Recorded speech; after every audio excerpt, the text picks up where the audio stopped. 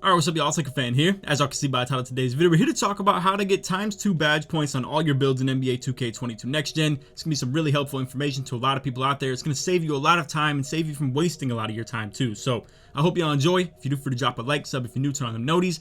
Good stuff, and like always, let's try and get 1 to 1,000 likes. Now, this is going to be a really quick video for some people who clicked on this, because you're just clicking on to find out how to get the ×2. You don't need any methods of how to get your badge or anything like that, and you just came here to find out how. So, what has been revealed on Xbox recently, and honestly, I think it might have been on PlayStation, it might have been on Current Gen, whatever the case may have been, but either way, you weren't able to pull up this Y button tab right here where it shows you all your My Points and what's specifically going up. But over the last week or so, this finally became available to me. The modifiers showing that you get a boost for Hall of Fame difficulty and for opponent strength, and when you combine these two together, this is ×2 right here. I'm here to talk about why I think opponent strength is super important and Hall of Fame is maybe just a more optional thing for if you're going for playmaking, defense, or finishing badges. I think shooting is still doable, but I don't think it's the most productive, to be completely honest. But either way, Pro versus Hall of Fame is pretty much up to you. What I'm letting you guys know is you can absolutely cherry pick your games in your schedule and pick on teams that are actually good.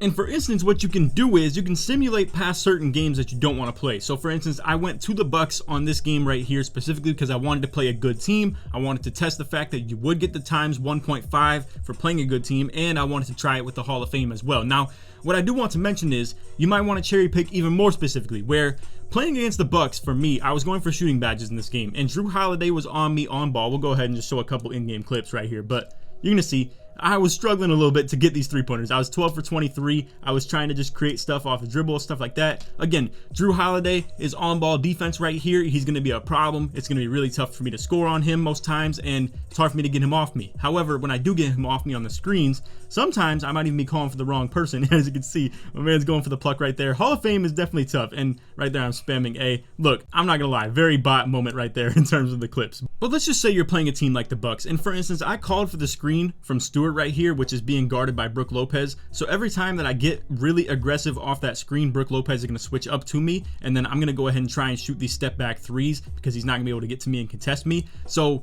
pretty much what I'm getting at right here, if you were to accidentally not know how to do this right here, and I'm here to let you guys know that to call for the icon of which person you want to screen for, you're going to tap your LB or L1, and it's going to allow you to pull up these icons right here. It's going to allow you to hold the button of the person that you want to screen for you specifically, so you can call for the better matchup of who you want to shoot over, or for instance, who you want involved in the pick and roll defense. I'm here to tell you right now, if you get Giannis and Drew Holiday stuck in the pick and roll defense for you, it's going to be awful. You're not going to enjoy anything about it. Giannis is going to swat your stuff off these step backs right here. Like if this is Giannis going for this, like defending on the step back right here, I'm getting myself swatted like 9 times out of 10. And it's a very awful situation that you don't want for yourself. So to just show you guys a couple examples of the screens and stuff like that and what these teams actually ended up being in terms of opponent strength, I'm just going to show a couple examples. So I played the Pelicans in this game right here. I didn't even know that the ×1.5 for the Hall of Fame difficulty thing was a multiplier. I was testing all this stuff out just to see for myself in my own perspective. But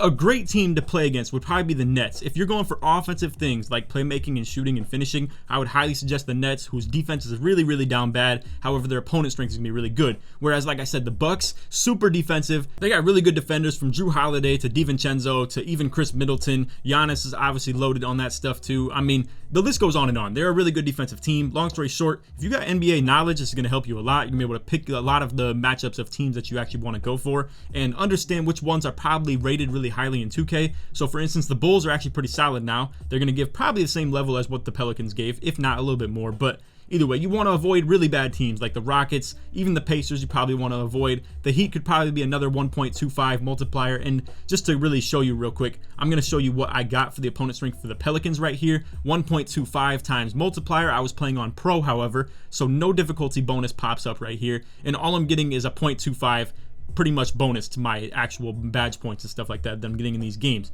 Before this came OKC as well, where I had to do this because of the stupid quest in my career. If I could sim past these games, I would. However, you can see I went completely crazy in this game. Like I'm talking 135 points. I was running double shot takeover. If you guys want, I'm going to also upload a method on shooting badges and how I get those really easily. And also you can even put it on NA, as in like shot timing off. You don't even have to time your shots or anything like that. You can literally just have the CPU do it for you, and it's super cake. In this one, I'm pretty positive I was doing timing, so it's not exactly something I'm going to be showing. But anyway, long story short, I'm just going to fast forward through here and show you that I didn't even get anything for playing OKC. There was no opponent strength bonus. I was playing on pro as well. So you're going to see I made 43 pointers on 54 attempts and only got 18,000 points towards shooting. Now, I'll come back out here and also show you the game against the Nets where I was running NA and I still didn't even shoot that well. It was 24 of 33. So compare and contrast a little bit right here, as well as the fact that I was 6 for 6 on standstill 3. So that's 20,000 points toward your shooting just like that, as well as the 1-for-1 mid-range. Either way, it's like 21k pretty much, right? And if I were doing this on Hall of Fame and somehow produce these exact same results of going 6 for 6 and 24 of 33, the multiplier would also juice this as well. I'd probably be looking at about 25k shooting or even 26k shooting. So it's a really productive thing. It's just how much you can handle in terms of difficulty. But I will say, like I said, another built-in thing in terms of difficulty is going to be what teams you're playing against. You can see right here, I mean, I'm literally, in terms of the people I'm going against, in terms of all the defenders that are going to be on me, I get the ball right here and it's either going to be James Harden, Kyrie Irving, all types of stuff like that on me. I can literally just boom. Like, he's such a horrible defender that I can just literally step back in the corner. He's not going to be able to contest me, and it is what it is. Whereas Drew Holiday is definitely a problem. That's something you really want to avoid. So what I'm getting at here, you want to be very picky about the teams you're going to play against. If you're going for defensive badges, if you're a big man, you want to go against a lot of other inside bigs that you can just kind of bait into the paint and go for really easy blocks, etc., etc. All types of stuff like that. I'm telling you guys, maybe be smart with what teams you pick against, and if you want a little guide on it, I might even make another video on stuff like that as well. But you can see right there, again, ankle breaker on him. All right, so you know what? I also want to just kind of test my NBA knowledge to some extent. So I'm going to give you guys the green light or the red light on what teams I think are going to be really good to play against and what are going to be horrible. So I think in terms of really good teams that also have really good defenders at the one spot, or just a good defensive team in general, teams you're going to want to avoid that are also still going to give you a really good bonus are probably going to be the Sixers and the Clippers, and then the Bucks, where they have really good defenders all over the court. However, if you're a point guard, you can probably get away with doing the Clippers. Their greatest defenders are on the 2 and the 3 with Kawhi and Paul George, so you probably don't even have to worry about it too much. Great teams that you do want to target, probably the Hawks and the Nets. Really bad defenders in the backcourts with both those teams, and you can easily exploit them, and they're probably going to be both ranked very highly. The Nets at least are for sure going to be the 1.5. Hawks might be 1.25, but it's still going to be very doable in terms of something that's going to give you really good progress and teams that you at least want to play.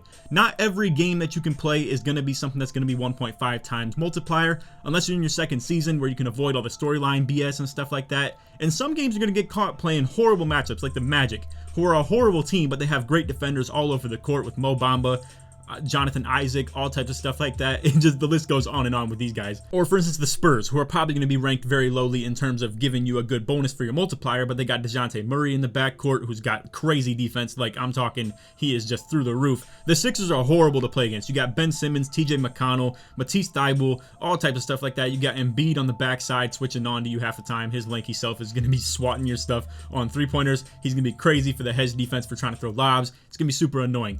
Raptors, again, you want to avoid them. Super good defensive team, and they are just really lowly ranked. To just make this very quick for you guys and maybe go through the teams that I think are going to be the really most easily exploitable, I think you're going to have a good time with the Trailblazers, the Warriors, and the Nets, who have really bad defensive backcourts, and they just are really down bad with that. Now, I'm speaking for the perspective of point guards out there who are looking for their playmaking and shooting badges, or maybe even someone who's looking for their finishing badges. If you're someone who's going for straight defensive badges and you're a big man and you want to just swat shots all day, I think teams like the Pistons, the Cavs could be very doable. Good teams that you could do it against, maybe the Sixers with Embiid, he's going to get a lot of touches. You're going to be able to just get a lot of opportunities at actually blocking him and stuff like that. The Lakers would be another good opportunity if you're someone who's going for defensive badges as a big man, because you're going to be able to be on Dwight, who's going to be lined up at the 5 most likely. And even if AD has it in the post and Dwight is on the block, that's going to give you 2 opportunities at people you can get shot blocks against. So that's going to be a really good team to go for the inside bigs and just people who are going for defensive badges and stuff like that. Again, you could even make the case for the Bucks too, because honestly, you could swat Giannis' stuff all day too. It is what it is. Even playing on Hall of Fame, it's going to be very easy to defend these people. You want people who have really high tendencies of going for inside shots and stuff like that, and also teams who are going to be very willing to pass to those people who are going to be on the inside as well.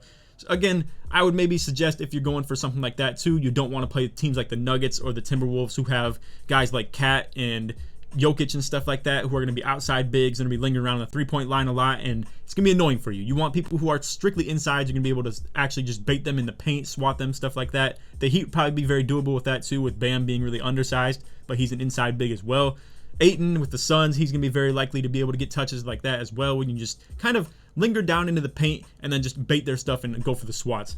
Also, last team I just thought about too, if you're going for the inside bigs and stuff like that, of people you can bait in the paint, if you're a big man who's going for defensive badges, the Jazz would be really good too. Their opponent strength would be really high, and you'd be able to deal with Gobert, who's going to be really soft on the interior finishing and stuff like that, but that's where he's going to be kind of lingering around a lot as well, so it is what it is. One other team for point guards out there as well that is just horrible on defense is going to be the Mavericks. They got all types of slowness on the court, from Luka to Porzingis to Boban. It's Tim Hardaway's not really that great a defender as well. The whole team is just bad at defense. So honestly, if you're going for all types of stuff like that, I think the Mavs and the Nuggets would be really good for offensive badges because they really don't have many good defenders, and they're all offense with these two teams right here. So like I said, for point guards, your top 5 that I would say to go for is going to be Portland, the Warriors, the Nuggets, the Mavericks, and then also the Nets as well. So a really good example of efficiency, I'm going to come back to this game right here against the Nets. I have my jump shot meter off. Like, I'm talking, it is literally the CPU timing this stuff for me, and I'm still able to get 16K towards moving threes and 4.1K for standstill threes on 6 attempts. And, you know, long story short, the opponent strength on pro is really a solid thing in the first place. And we're going to show just one clip. I'm not timing this jump shot at all right here. Now, I might have missed that. That was Bruce Brown, a pretty decent defender, and he got a pretty solid contest on it. But as you can see, my shot feedback doesn't pop up at all. The downside to doing this is not going to tell me the percent of contest that he got on it or anything like that, so I don't really know what a good shot versus a bad shot is.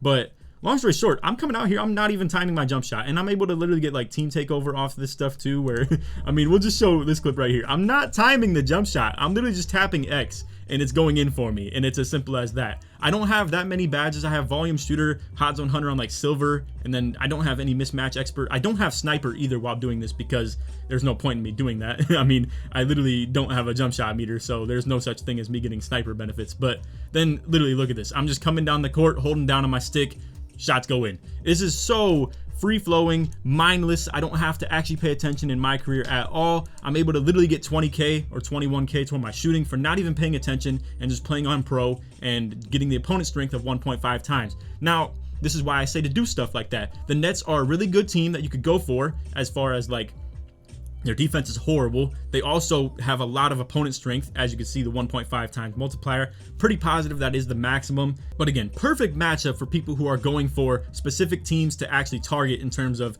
the best opponent strength, yet being most productive in your my career. If you guys want, hey, listen, if you made it to this point in the video, put spreadsheet in the comments to show sports made all the way to this point. And I have a reason for that.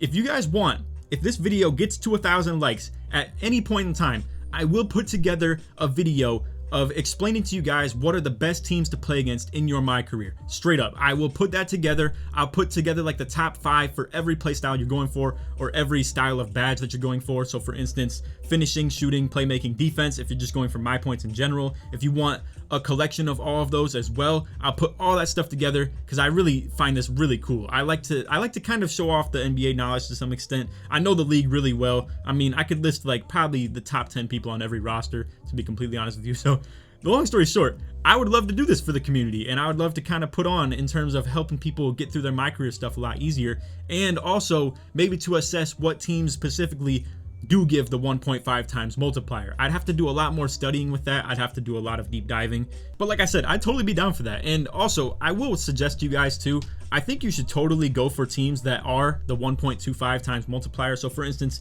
teams like the Pelicans that I played against, or I'd be willing to bet even teams like the Suns might end up being a 1.25 times instead of a 1.5, where the 1.5 is probably restricted to some of the top teams in the league. So like the Lakers, the Nets, the Clippers, the Bucks, all types of stuff like that. I would assume it's probably for around top 5 to top 6, maybe the Sixers as well. But then you're probably having a lot more games that are probably around the 1.25 times multiplier. There might even be a couple 1.35 or 1.4 that I don't know about or something like that. But either way, it's up to you whether you want to play on Pro, Hall of Fame, whatever the case may be. But I just wanted to show you guys how to get the ×2 badge points for yourself if you really are fiending for that. Again, to do that, you're going to run on Hall of Fame and play a team that has the high opponent strength.